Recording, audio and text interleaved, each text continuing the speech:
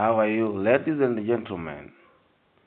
My name is Teacher Kaligo Dotto Njige, the teacher of literature in English. Listen the play analysis, The Government Inspector by Nikolai Gogol. This play, written in 1836, and the setting of this play was located in Russia. The government inspector, also known as the Inspector General, it is a satirical play by the Russian and the Ukrainian dramatist and novelist Nikolai Gogol. Originally published in 1836, the play was revised from 1842 edition based upon an anecdote allegedly recorded to Gogol by Pankin. The play is a comedy of errors, satirizing human greed, stupidity, and the extensive political corruption of Imperial Russia. Let us look at the cast of characters. Number 1, Anton Antonovich. This is the mayor. Artem Filipovich, Quality Commissioner. Number 3, Amos Fedorovich, Judge. Number 4, Luka Lukic, School Superintendent. Number 5, Ivan Kozmich, Postmaster. Number 6, Peter Ivanovich. Number 7, Peter Ivanovich. Number 8, Stefan Lich, Police Superintendent. Number 10, Anna, Mayor's wife. Number 11, Maria, Mayor's daughter. Number 12, Yosef Resdovuk, servant. Number 13, Ivan Alexandrovich, a junior official from Petersburg. Another character, the waiter, Mishka, a servant, Abdulin, a merchant. Let us look one act to another act. Act 1, a room in the mayor's house. The mayor brings the news of the Inspector General, who is expected to travel secretly from Petersburg to come and inspect their province. He reads to them a letter he received from Chimihov, warning them to take precautions about the coming of the inspector. The judge, the county commissioner, and the school superintendent are all shocked at hearing this. The mayor asked everyone in the room to make evidence preparation of the places of work before the arrival of the inspector. He tells the county commissioner to make things okay in the hospital. He orders the judge to put everything in place in the courthouse, including keeping away the guests. He orders the school superintendent to mend the teachers, especially the one who makes grievances. The postmaster comes and the mayor asks him to unseal all the letters that pass through his post office and read them to find out if they have denunciations of the mayor. The postmaster tells him that he has always been doing so.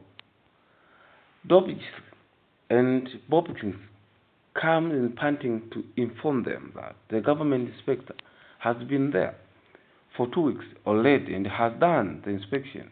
As they saw him inspecting the inn, they all panic and rush to the scene. Let us look scene 2, Act 2. Act 2, Scene 1. The room At the inn, Yosef, Khlestakov, servant, is in his master's room, sparring on his bed. He expresses his dissatisfaction with his master's behavior of misusing the man to the point that sometimes he sells his clothes to cover his expenses. When Khlestakov comes, he tells Yosef to go downstairs and other food for him, but he refuses because the landlord has said that he won't serve him anything until he has paid the bill he has spent for 3 weeks. Yosef goes to call the waiter, who comes and confirms the message. After pursuing, the waiter brings him soup, but he curses it for not being up to his curse. The waiter insists that that is what the landlord can give him because he does not pay. The mayor comes to see him. The inspector is warned that the landlord has reported him to the mayor, but the mayor is equal warned that maybe they have not treated him well. The mayor apologizes for whatever has happened and admits that he takes bribes because of his low salary. The inspector, having senses the situation, he grabs the opportunity and asks for a loan from the mayor, who insists of giving him the 200 rubles. He asks that doubles each 400 rubles to settle the bill. After that, the mayor invites him to his house, but before they go, he asks him to inspect some of the institutions. Scene 2. The room in the mayor's house. Anna and Maria are at home, and Dabuchsky comes in her to bring the report of visitors who will soon visit their house. He brings a note that instructs the mayor's wife to prepare room and the wine for the guests. As they prepare the place, Yosef brings Khlestakov's trunk and asks for food because he is hungry. The mayor and his delegation continue to take Khlestakov through the institutions in the town. He praises the dinner they gave him. They inform him that there were only few patients in the hospital because most of them have recovered due to honest, cleanliness, and a good order in the hospital.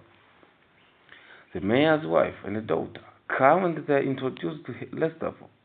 As they sit down, Khlestakov chats with Anna and says how he was once mistaken for the commander-in-chief. He also tells her that he is a great author and has written plays and bits for the magazine such as The Marriage of Figaro, Robert the Devil, No, and the Yulin Miroslav which is not true. He boasts about many things and exaggerated the luxury life. He lives in Petersburg. He becomes drunk of wine, which he was drinking while talking. He goes to sleep. Let us look at 3. Scene 1. The room in the mayor's house. The mayor wakes up, confused because of the presence of a distinguished guest in his house. He asks Yosef what kind of treatment his master likes, and Yosef grabs the opportunity. He says that his master likes being well received and entertained. He adds, but he always seen I'm well treated. They give him the bribes. The mayor orders the county commissioner, judge, and the school superintendent to make sure that things are okay in their places of work. They all plan the best way to bribe Khlestakov, and they choose the judge to be their leader in that mission. The judge goes into meeting him. He drops the man down, and Khlestakov picks it, not knowing it was meant for him. The school superintendent comes in, and Khlestakov asks him to lend him 400 rubles because he was cleaned out all his man in card game promising to refund him when he reaches home. School superintendent gives him the money but tells him not to think of returning it. Then the county commissioner comes in and accuses his fellows to Khlestakov. He says the school superintendent is useless because he puts evil ideas in the mind of the young. He says the judge does nothing but accusing, hunting, and sleeping with Dabishkai's wife. He finishes by accusing the postmaster for delaying mails.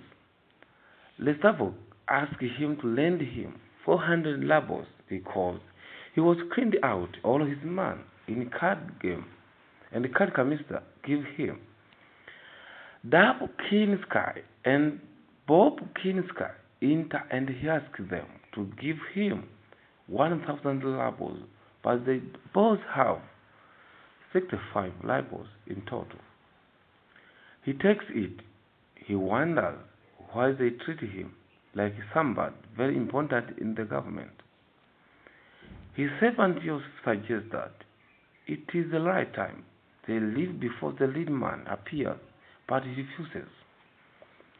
Suddenly, the shopkeepers come with petitions to accuse the mayors of bad leadership and for forcing them to give him their best items from their shops. They give him corruption to deal with the mayor, but he asks for the loan of 300 rubles instead, but they give him 500 rubles. Two women also come to accuse the mayor. The wife of the town, Lostmik, accused the mayor for arresting her husband in advance by false accusation that has not stolen anything yet, but he will steal one day. The servant started to seduce Maria. Anna, her mother, finds him kneeling down before her, apologizing, and kisses her away. He starts seducing the man as well. Maria comes back. He falls in love with her again. The mayor comes and refutes all the charges brought against him. Khlestakov asks for his daughter's hand in marriage, or else he will kill himself. The mayor gives them a father's blessing. Joseph comes to report that the horse is led, and they leave promising to come back. Scene 2. The room in the mayor's house. The mayor is hungry. The mayor is angry at those who brought a complaint against him and promises to make it hotter for them. He gives orders to fetch them to his house immediately, and they calls them ungrateful dogs. Meanwhile, he thinks to moving to Petersburg, where he can have a higher rank, such as general. Mary asks about what will happen once she gets married, but her mother tells her she should not bother about it. The Mexicans are alive, and the mayor insults them because of the charges and the complaints they said against him. He called them, "You T-Swillers, you offer Mexicans, you good for nothing, gutters clapping, counter jumpers." This is shown page 68.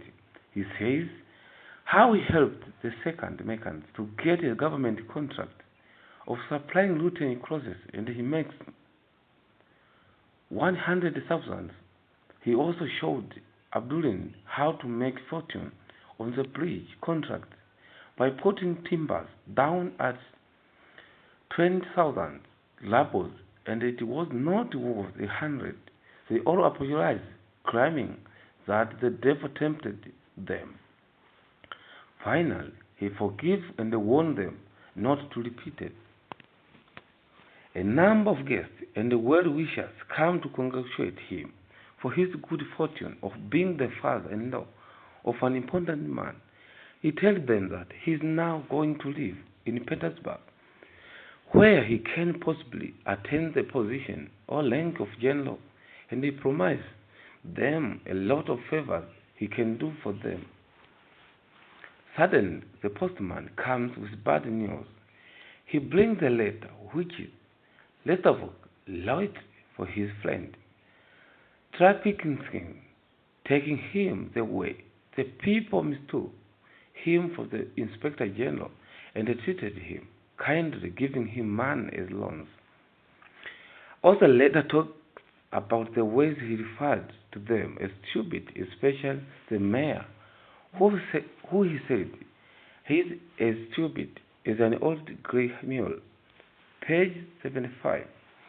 They are all taken by surprise because the judge, county commissioner, and the school superintendent all give him 400 rubles, each making a sum of 1,200 rubles, while Bod and Dob gave him 65 rubles. The mayor blames himself for being fooled like that. Then they all blame Bob and Dob because they are one who brought the news that he was the Inspector General. Finally, Gendon came to report that His Excellency Inspector General, appointed by Imperial decree, has arrived from St. Petersburg. He is in residence at the hotel and requires your presence there immediately. Page 8. They are all astonished as if they are thunderstruck. Let us look title of the play. The Government Inspector is a comedy play that was written by Nikolai Gogol in 1836. It features a junior civil servant called Khlestakov, who is blocked and starving, but is mistaken for the dreaded nemesis, the Inspector General. A word has gone around that the Inspector General would be traveling secretly from Petersburg. This makes the town official panicky and mistaken. They hear about the presence of Khlestakov in one of the inns in town, and they think of him as Inspector General and treat.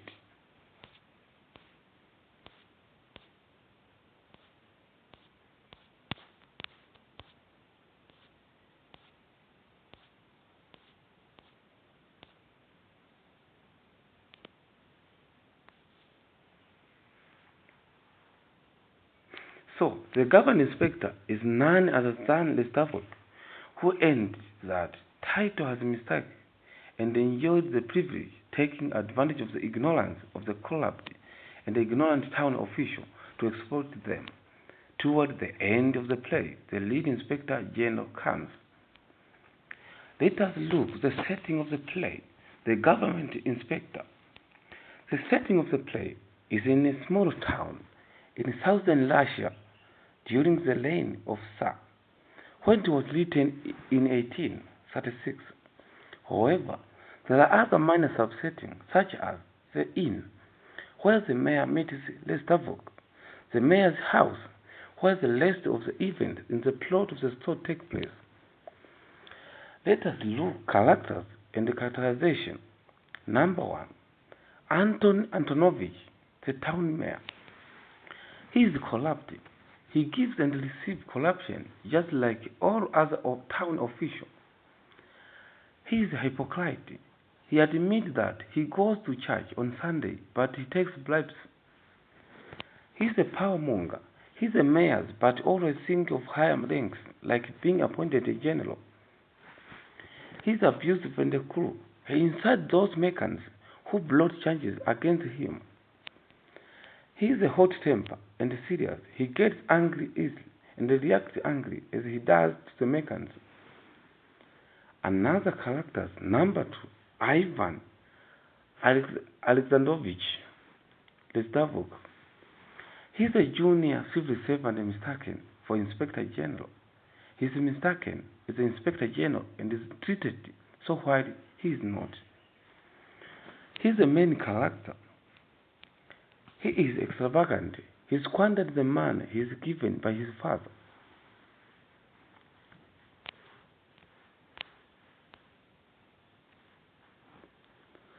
He is a pamper. He boasts and brags about himself for the accomplishment he has not done. His trick, exploit and collapse. He uses the trick to get money from the town official by telling them he was cleaned out in a card game and he wants them to give him a loan. He is a hypocrite. He pretends to love the wife of the mayor, then changes his mind, her daughter. He says to Maria, "It was my love for you that made me do it." He is a drunkard. He drinks wine heavily at the mayor's house to the point of losing his senses. He is abusive. He called the waiter, "You fool, you, and you dirty pig." Let us look at another character, number 3, Artem Filipovich. He is an irresponsible cult commissioner. He works as a cult commissioner in the hospital. He is irresponsible. He is boastful. He boasts that ever since he took control of the hospital, his patients have got better, and he says it is not so much a matter of medicine as of honesty, cleanliness, and good orders. He is corrupt, just like other town officials. He takes and gives corruption. For example, he bribes Khlestakov 400 rubles not to take serious measures against him. He is a hypocrite. The hospital has always been in bad condition, but the day they heard the government inspector is coming, they cleaned the room and sent some patient home to avoid congestion. Another character, number 4, Amos Fyodorovich. He is an irresponsible district judge. His court house is dirty, especially because his porter keeps the gas that makes the place smell. He is corrupt as he gives tax bribes. He admits for doing this when he says, "Where there are sin and sin." He is a hypocrite. He pretends to treat Khlestakov with kindness and give him the money just to cover up his failing in the discount. Another character, number 5, Luka Lukic. He is the school superintendent. He is in charge of supervision of the school and all the teachers. He is corrupt. He gives 400 rubles to Khlestakov and says, "Yes, here it. Don't dream of returning it. Your ex-glad lens." He is a hypocrite, like his fellow official. He does things to cover up his failing before the inspection. Another character, number 6, Ivan Kuzmich. He works as postmaster. He is accused by cult commissioner for delaying mails. He is the notions man. He opens and reads people's letter that pass at his post office. He is corrupt. He suggests that they should bribe the inspector by telling him that some man has been sent by post. Another character, number 7, Yosef. He is Khlestakov's servant. His bold servant, just as safe. He is intelligent than his master. He sometimes advises his master good advice. Also, he is ignored. He discovers that the town official have mistaken him with somebody and advise him to leave before the leave man comes. He is tricky and opportunities. When they ask him what his master likes, the gloves and opportunity, he says, "But you always see I'm well treated." He is confident. Sometimes he argues with his master, as in page 7. Also, when he tells him they should leave immediately, and the master says, "Perhaps tomorrow," he says, "Tomorrow, now is the time to be off." Another character, number 8, Anna Andreevna, the mayor's wife and the mother of Maya. He is an avid reader of novels. When she talks with Khlestakov, he tells her the books he has read, some of which she thinks were written by him, like Yulin Milosevich. He is curious. He asks many questions just for knowledge. Let us look at the language use of figures of speech portrayed by playwright Nikolai Gogol from Russia. Number 1, simile. Example: "I'm so hungry, my bell lambing like ligament of drunkenness. Number 2. You see, my father is as stupid and obstinate as a block of wood. Another simile, I went through that department like an earthquake, absolutely like earthquake. Another simile, I'm still sweating like a bull. Another figure of speech, number 2, metaphor. Example, there are only pumpkins. They would not know what that meant. Page 19. Goodbye, angel of my heart. Page 64. But you do realize, Anna, we have become birds of different feathers now. Page 66. Another metaphor, ungrateful dogs. The mayors referring to the Mexicans. Another figure of speech, number 3, retorts. That is example. That is not impossible. Page 49, which means that is possible. Another figure of speech, number 5, oxymoron. Example, I was linked with ease, shiverings, fire, and ice. Another figure of speech, number 6, hyperbole. Example, I'm so hungry, I could eat the whole world. Page 16. Another hyperbole, every minute more messengers pouring along the street. You can imagine 35,000 messengers. Another figure of speech, number 7, proverbs and sayings. Example, my heart's in my mouth. Example, another, there is more here than meets the eye. Another example, an empty bell makes everything heavy. Let us look at the style portrayed by the playwright Nikolai Gogol. The playwright has used several techniques in his play. Number 1, the use of dialogue. The play's 2 large parts presented in dialogue just expected of end drama. Number 2, the use of monologue or soliloquy.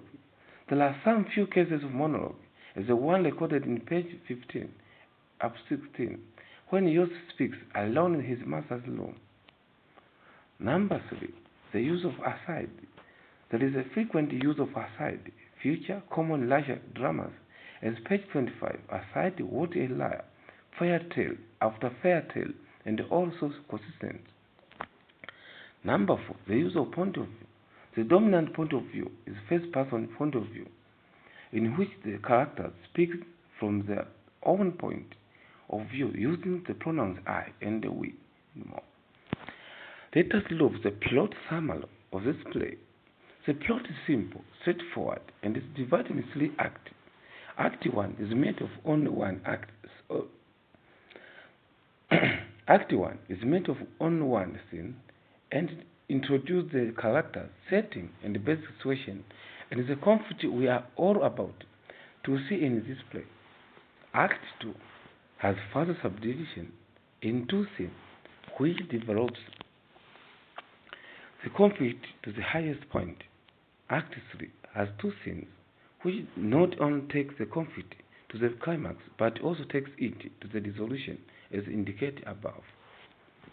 Let us look at the themes found in this play.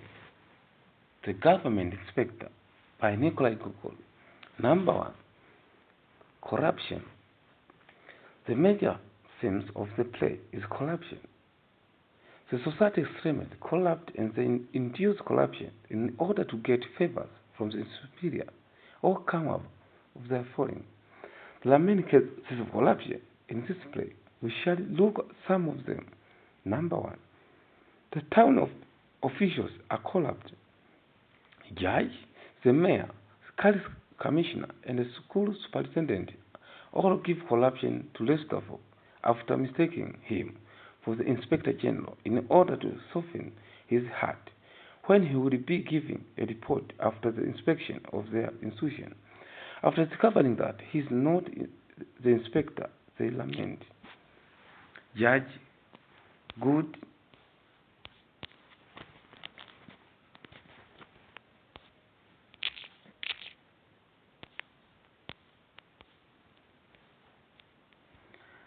God, and I gave him 400 rubles. So did I. He got 400 out of me, too. Another thing, number 2, responsibility. The town officials are always responsible in their duties and responsibilities. They don't do their works until the inspector is coming. They try to cover up things using corruption. The mayor is responsible as he works. The second merchant's measure, he showed Mr. Abdul how to make fortune on the bridge contract by putting down timbers. Another thing, hypocrisy and mental contrition. Many people are hypocrites. The town officials are hypocrites because they clean their offices just because they have heard of coming of the general inspector. Another thing, number 5, love and marriage. Love is one of the driving forces that can necessarily lead to potential marriage. In this play, there are two sides of love. One is the hypocritical love that is shown by Khlestakov and the mayor's wife.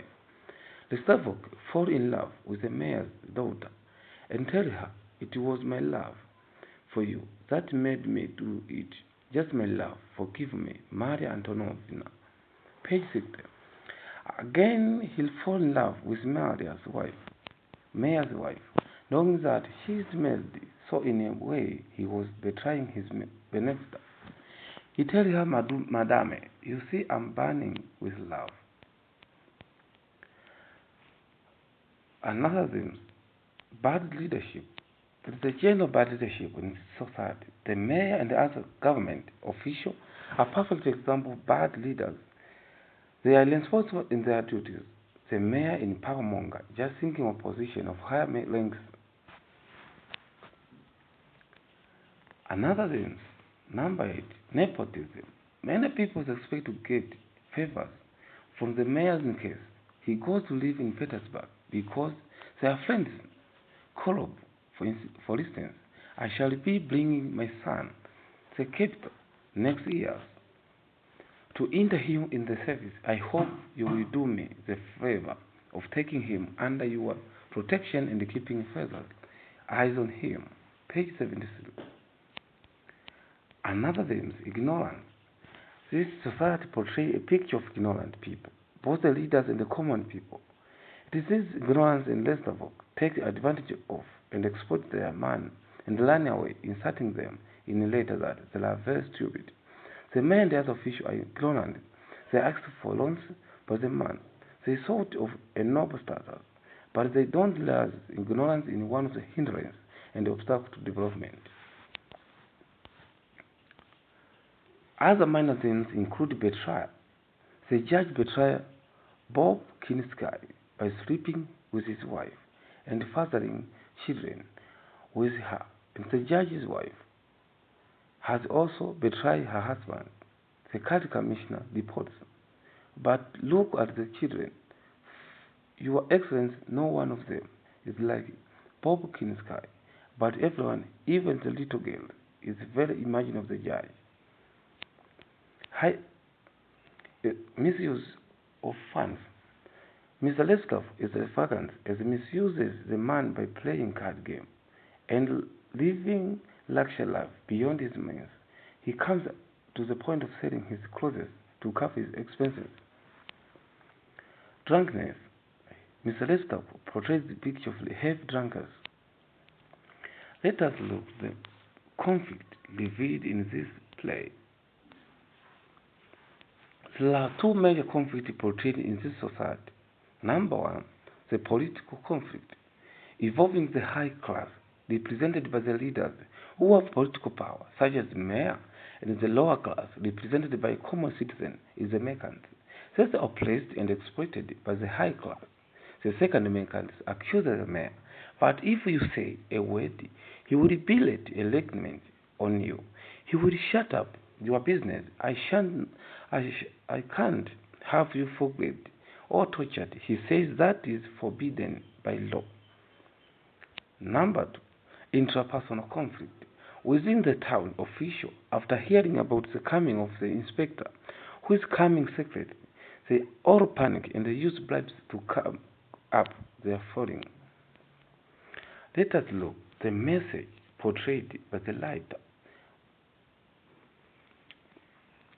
The play presents several messages that we may learn from these people. Some of them are: number 1, the leaders should be responsible in accepting their duties and responsibility. They should not wait until there is an inspector coming to inspect their institutions.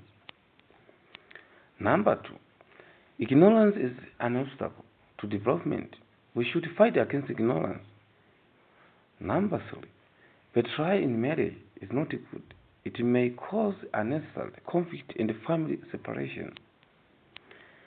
Number 4, leaders should not use their power for private interest.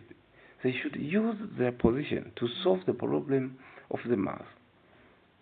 Number 5, we should fight against corruption, bad leadership, hypocrisy, and nepotism.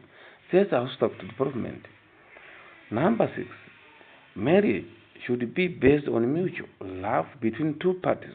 Parents should not force their children to marry people they don't love. Let us look at the last part, relevance. Since 1970, the views have been put forward that the play has lost its meaning and that there is no need of satirizing a class that has been stripped away. However, in the play, there are some patterns of behavior that are still relevant to the world today. Number 1, we still have bad leadership, corruption, ignorance of the leaders and the common people. Number 2, we also have responsibility among the government leaders who become active only when there is a superior visiting the institution. Number 3, betrayal, drunkenness, hypocrisy, and the likes are all common in our society. Dear listeners, that is the end of the analysis. My name is teacher Kaligo Dotto Njige, the teacher of literature in English. Don't forget to subscribe, like and share comment below this video. Thank you.